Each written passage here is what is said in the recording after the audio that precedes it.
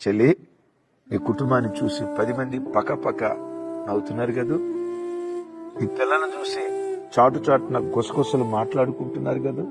అయిపోయిందిరా, వెళ్ళిపోయినా కూలిపోయారా వాళ్ళు, నాశనం అయిపోయిందిరా వాళ్ళ బ్రతుకు, ఇక వాళ్ళు బాగుపడరు అని నీ కుటుంబాన్ని గూర్చి గుసగుసలు ప్రజలు మాట్లాడుకుంటున్నారా?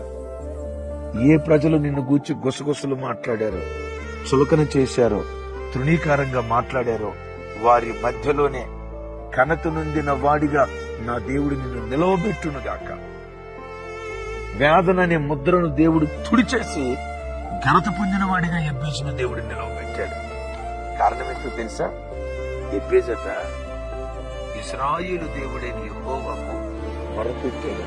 తమ్ముడా, నీ గుండెల్లో ఏ బాధ గూడు పెట్టుకున్నా చెల్లి, నా వైపు చూడరా.